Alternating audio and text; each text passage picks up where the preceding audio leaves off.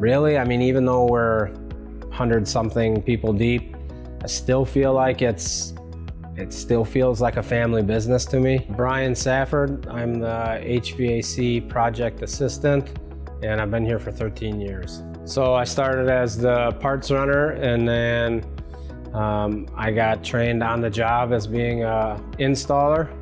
I did that for 12 years, and then I just recently got moved up to the project assistant. So I'm drawing up all the jobs. When the salesmen bring job folders back, I draw up all the metal for it, seeing everything take form from the ground up. You know, as an installer, you just have the stuff and you put it in. It's nice being able to draw it up, you know, kind of design it, and then have the guys make it. Even though you're doing the same thing every day, you're seeing new stuff every day, you know, new challenges, which is fun. That's what makes it worth doing, I think. If I don't know the answer to something or I can't figure it out, I can pick one of 20 different people I could call, and they would help me through it, or come to the job and show me what needs to be done. So yeah, there's plenty of resources to help you through any problem. And the way we're growing too, I think that's cool how we went from a small shop and now we're going into being such a bigger company, being kind of a powerhouse.